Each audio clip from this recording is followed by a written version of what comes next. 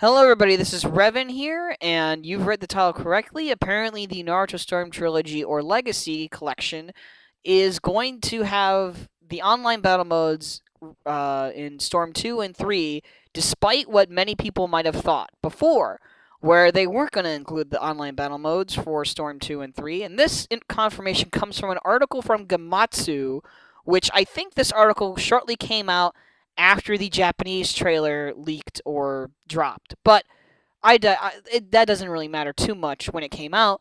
What matters is that they've confirmed that online battles are going to be in this collection for Storm 2 and 3, and they've also confirmed that, just like in the trailer, that the graphics for all three titles will be improved. So, this is interesting to me because the in collections that have released this generation, or well, not most collections, some collections of previous gen games that got ported to current gen games, they opt to not include the online modes because they want to encourage people to still play the latest and quote unquote greatest version of their online multiplayer. So, like in the Nathan Drake collection, for example, for Uncharted, Naughty Dog decided that to not include the multiplayer for Uncharted 2 and Uncharted 3 because they wanted people to continue to play Uncharted 4 and they did not want to disrupt the player base or player pool that was still playing Uncharted 2 and 3 on the PS3. But now we have this collection here for Naruto where they're actually including the online battles for Storm 2 and 3. And I have to assume the reason is probably because it would be a lot more work to remove the online battle modes than just to keep them in, and or maybe they're just and keep them in and move them over to the PlayStation 4 PSN infrastructure. But then again, it's also possible that Bamco is just throwing the Naruto community a bone and saying, "Oh, what's this? You don't like Storm 4 online? Okay, well here you go. You can play Storm 2 or Storm 3 online again, and now you can stop complaining about Storm 4." Because a lot of people online really don't seem to like how Storm 4 has turned out in terms of the meta, like the meta game for the game.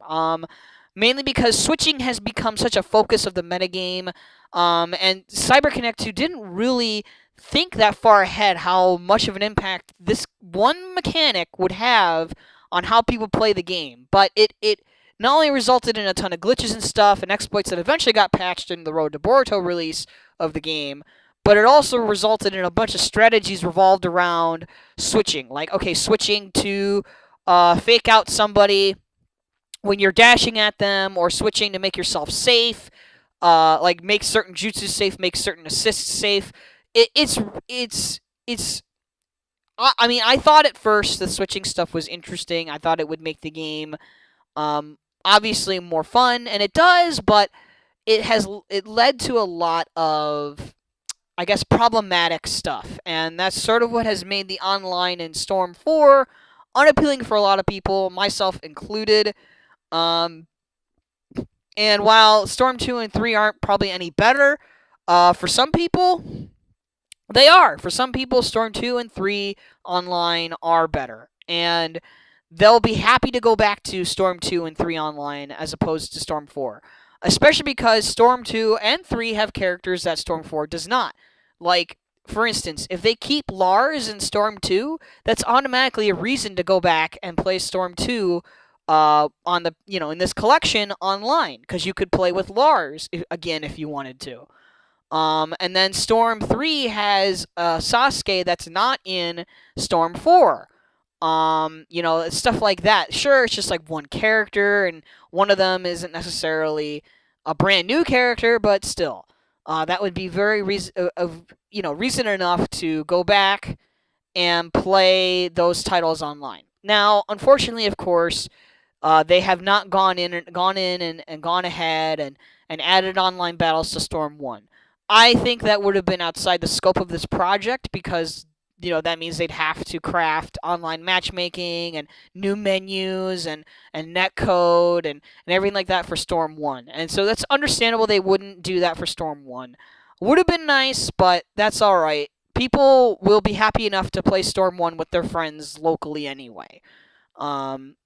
It is what it is. Would have been nice, but they it's outside the scope of this project, clearly outside the budget, because the budget is clearly going to improving the graphics, including all the DLC for all these games, and then putting them all on one disc, because that's what's really important here. Of course, we don't really know if Storm 4 Road to Borto is going to be on the same Blu-ray as the other three games. I don't think it will. I think it'll be its own Blu-ray in the package. Um, I think you'll just get the Road to Boruto disc that they've been selling since it came out as DLC in February. And yeah, so as far as my own thoughts on this, well, basically I'm probably gonna get this because now they've confirmed the online battles. That automatically means that it's a no-brainer to grab it because it's maintaining all the modes that these games had when they launched on PS3. And I never got to play Storm 1 and Storm 2, the story modes, or really the games themselves much at all. So it'll be interesting for me to revisit. Well, not revisit, but look at where the series started, and have sort of an idea on how, things worked leading up to, okay, this is how we got to Storm 4. Um, and I think a lot more people will now definitely buy this collection just so they can play Storm 2 and Storm 3 online. And I'll be curious to see if many of the popular Naruto YouTubers pick up this collection just specifically to do online battle videos of Storm 2 and 3 again, because a lot of those YouTubers I've noticed that I follow, some of the YouTubers that I follow even like that play Naruto, have been wanting to go back and play these older titles online, but they can't because the player base for these games on PS3 are basically dead. But with this collection, they'll be revitalized. There'll be a bunch of new people playing them again, so they'll be able to do videos on them again, and in turn, they will be able to take a break from playing Storm 4.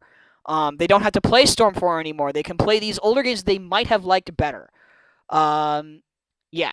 And then I've heard some people talk about like, oh, why didn't they include this? Well, that's because this is all the numbered games. This isn't supposed to include every single spin-off title of the Storm series. But yeah, that's basically what I think. I think I'm gonna pick this up, and I'll be looking forward to talking about this some more, maybe if there's anything else interesting that they release about it. But yeah, I'll catch you later.